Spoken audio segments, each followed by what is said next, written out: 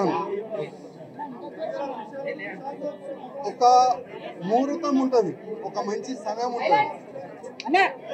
ఆ సమయం చూసిన తర్వాత నేను పార్టీ ఆఫీస్కి వచ్చినాను, ఫామ్ కూడా తీసుకున్నాను. ఈ ఫామ్లో 10 మెంబర్స్ కౌన్సిలింగ్ మెంబర్ సైన్ కావాలి, సంతకం కావాలి.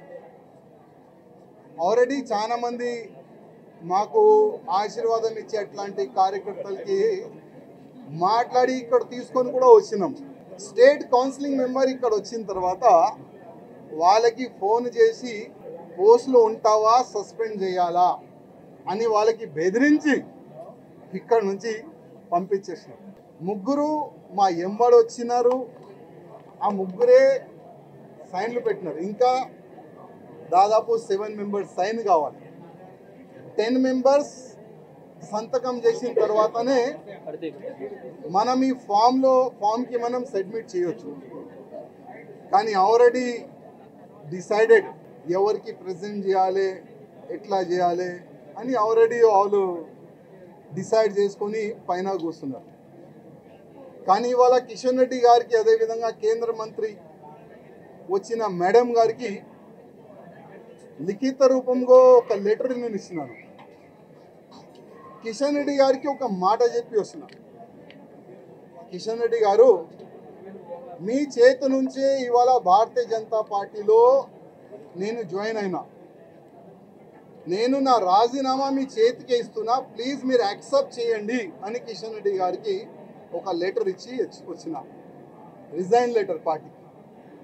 ఆ రిజైన్ లెటర్లో కింద ఒక మ్యాటర్ ఇది కూడా రాసిన, కిషన్ రెడ్డి గారు, పార్టీకి నేను రాజీనామా ఇస్తున్నాను, మీరు మీ లెటర్లో స్పీకర్ గారు కూడా పంపించేసేయండి. రాజాసింగ్ ఇప్పుడు పార్టీ సింబల్ నుంచి గెలిచిండు, రాజాసింగ్ ఇప్పుడు బీజేపీ ఎమ్మెల్యే కాదు, ఆయనకి సస్పెండ్ చేయనని స్పీకర్ కూడా ఒక లెటర్ రాసిస్తే నేను దానికి సపోర్ట్ చేస్తాను. ఎందుకంటే పార్టీ సింబల్తోని గెలిచిన తర్వాత, పార్టీకి రిజైన్ ఇచ్చిన తర్వాత పార్టీలో అంటే పార్టీ బీజేపీ ఎమ్మెల్యే ఉండకూడదు కదా అని ఆ విధంగా ఒక లెటర్ మా కిషన్ రెడ్డి గారికి ఇచ్చి వచ్చినారు.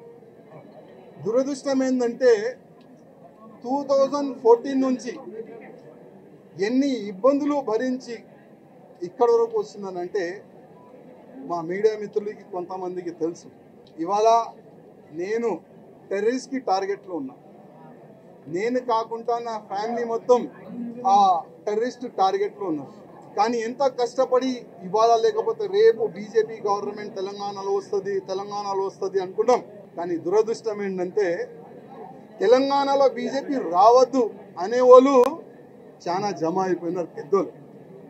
ఇప్పుడు వాళ్ళే అనుకోకపోతే మేము ఎంత కష్టపడి మా ఫ్యామిలీని రిక్స్ చేసిన తర్వాత, ఇంత పని చేసిన తర్వాత లాభం మేము ఉండవు కదా.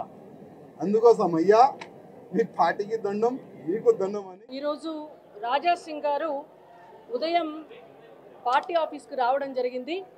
రాష్ట్ర అధ్యక్ష ఎన్నికలకు నామినేషన్లు స్వీకరిస్తున్న సందర్భంగా వారు వచ్చి ఇక్కడ ఈ ఎన్నికల అధికారి ఎవరైతే ఉన్నారో శ్రీమతి శోభా కరందాజ్లే గారికి నామినేషన్ పత్రాన్ని ఇవ్వడం కొరకు వారు రావడం జరిగింది. వచ్చిన సమయంలో వారు రాష్ట్ర ఇన్ఛార్జ్ అయినటువంటి అభయ్ పటేల్ గారితో వారు మాట్లాడితే అభయ్ పటేల్ గారు చాలా స్పష్టంగా వారికి, ఇది ప్రజాస్వామ్యబద్ధమైనటువంటి పార్టీ, ఈ పార్టీలో ఎవరైనా కూడా నామినేషన్ వేయవచ్చు, వెళ్ళి మీ నామినేషన్ మీరు దాఖలు చేయండి అని చెప్పారు. చెప్పిన తర్వాత వారు నామినేషన్ పత్రాన్ని తీసుకొని శోభా కరందాజ్లే గారి దగ్గరికి వెళ్ళి వారి ఫామ్ని సమర్పించారు.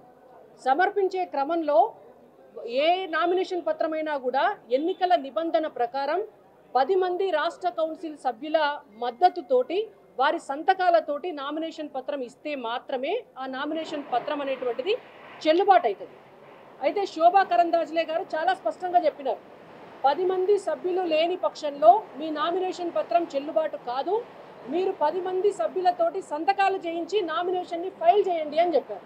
చెప్తే వారు బయటకు వచ్చి వారికి 10 మంది సభ్యులు సంతకం చేయడానికి 10 మంది సభ్యులు లేకపోవడంతో వారు ఉల్టా పార్టీని బదనాం చేసుకుంటా, అబద్ధాలు చెప్పుకుంటా, పార్టీ వారికి నామినేషన్ వేసేటటువంటి అవకాశం లేదని చెప్పి అభాండాలు వేయడం జరుగుతోంది.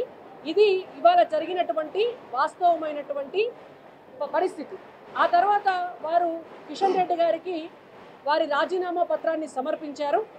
వారి రాజీనామా పత్రాన్ని కిషన్ రెడ్డి గారికి ఇవ్వడం చేత కిషన్ రెడ్డి గారు జాతీయ అధ్యక్షుల వారికి వారి రాజీనామా పత్రాన్ని పంపిస్తున్నారు. ఎందుకంటే వారు ఎమ్మెల్యే కాబట్టి వారి రాజీనామా పత్రాన్ని జాతీయ అధ్యక్షులు అంగీకరించవలసి ఉంటుంది.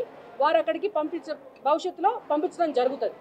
ఒకవేళ నిజంగానే రాజాసింగ్ గారికి రాజీనామా చేయాలి వారి ఎమ్మెల్యే పదవికి అని ఉంటే వారు డైరెక్ట్గా వారి రాజీనామా పత్రాన్ని స్పీకర్కి సమర్పించుకోవచ్చు.